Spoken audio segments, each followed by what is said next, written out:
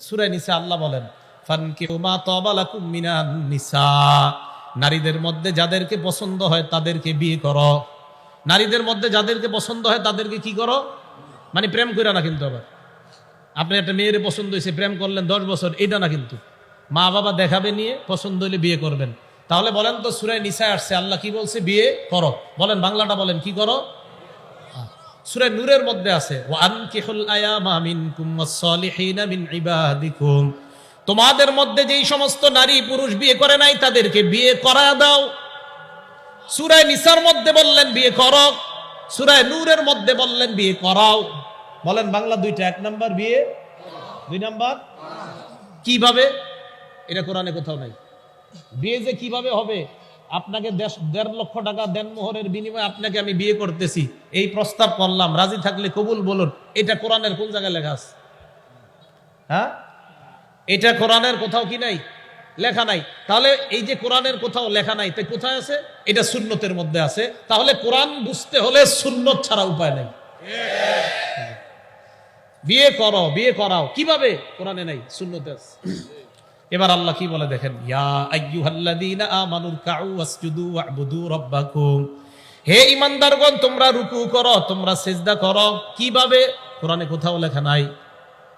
রুকু করো, সিজদা করো, কিভাবে? কোরআনে কোথাও লেখা নাই।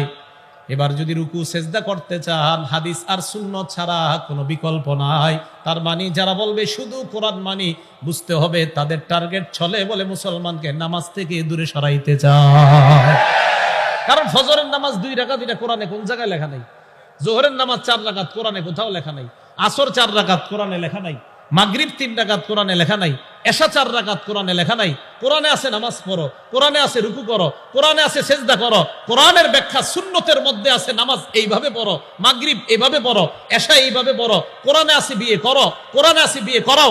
কিভাবে বিয়ে করো, কিভাবে বিয়ে করাও, এটা কোরআনে নেই, এটা আছে কোরআনের ব্যাখ্যা সুন্নতে। অতএব জীবন চলতে গেলে কোরআন সুন্নাহ উভয়টাই মানতে হবে। যদি কেউ বলে একটা মানি আর একটা মানি না, নিঃসন্দেহে মুনাফিক মার্কা শয়তান। কোরআন সুন্নাহ দুইটাই মানতে হবে। তাহলে আমরা ওয়াদা করছি, নবী তোমাদেরকে যা দিয়েছেন তা গ্রহণ করো, যা থেকে নিষেধ করেছেন তা থেকে তোমরা বিরত থাকো। বলেন নবী কয় জিনিস দিছে? কোরআন এবং সুন্নাহ। হ্যাঁ, কোরআন এবং সুন্নাহ। ইবনে মাজাহ হাদিস নাম্বার 12 নাম্বার হাদিস, মিকদাম ইবনে মাদি কারব রাদিয়াল্লাহু তাআলা আনহুর বর্ণনা। তিনি বলেন ক্বালা রাসূলুল্লাহ সাল্লাল্লাহু আলাইহি ওয়াসাল্লাম, আল্লাহ নবী বলেন ইউশিকুর রাজুলু মুত্তাকিয়ান আলা আরিকাতিহি, এমন একটা জামানা আসবে যেই জামানায় মানুষ সিংহাসনের মধ্যে ট্যাক লাগায় বসে থাকবে, ভাব ধরবে আমি কোরআন খুব বেশি বুঝি। ইউহাদ্দাসু বিহাদিসিন মিন্নি, তার সামনে আমার হাদিস পেশ করা হবে। হাদিস পেশ করার পর ওই ব্যক্তি বলবে বাইনানা ওয়া বাইনাকুম কিতাবুল্লাহ, আমাদের মাঝে আর তোমাদের মাঝে আল্লাহর কিতাব থাকতে কোরআনের কি প্রয়োজন? কোরআন থাকতে হাদিসের কি প্রয়োজন? বলেন নাউজুবিল্লাহ। আবার যুক্তি দিবে ফাবা ওয়াজাদনা ফীহি মিন হারামিন হারামনা, কোরআনের মধ্যে যা হারাম পেয়েছি এটাকে হারাম হিসাবে গ্রহণ করলাম। ওয়া ওয়াজাদনা ফীহি মিন হালালিন ইস্তাহলালনা, কোরআনের মধ্যে যেটা হালাল পাইলাম এটাকে হালাল হিসাবে গ্রহণ করলাম। সত্যি কথাই তো, কোরআনের হারাম আমরা মানি কিনা, কোরআনের হালাল মানি কিনা? তো এই ধোকাবাজ কিভাবে ধোকা দেয় দেখেন, কয় কোরআনের হারাম মানলেই তো হয়, কোরআনের হালাল মানলেই তো হয়, হাদিসের কি দরকার? নবীজি বলেন এদেরকে জানায়া দাও, আলা ওয়া ইন্নামা হাররামা রাসূলুল্লাহ মিসলু মা হাররামাল্লাহ, আমি নবী যা হারাম করি আমার হারাম করাটাও আল্লাহর হারাম করার মতোই বিধান বলে সাব্যস্ত হয়ে যায়। তাহলে কোরআন না সুন্নাহ, না কোরআন সুন্নাহ? শুধু কোরআন, শুধু সুন্নাহ না কোরআন সুন্নাহ?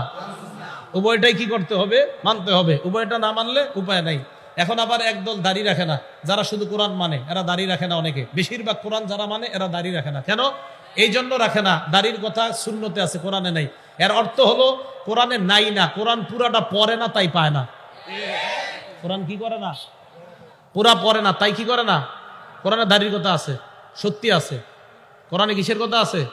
মুসা আলাইহিস সালাতু ওয়াস সালাম হারুন নবীরে রেখে গেছে, রেখে যাওয়ার পর আসছে, আসার পর যখন দেখছে বনি ইসরাইলের অবস্থা খারাপ, মুসা আলাইহিস সালাতু ওয়াস সালাম যখন এই অবস্থা দেখলেন, দেখার পর হারুন নবীর চুলে ধরলেন, দাড়ির মধ্যে ধরলেন।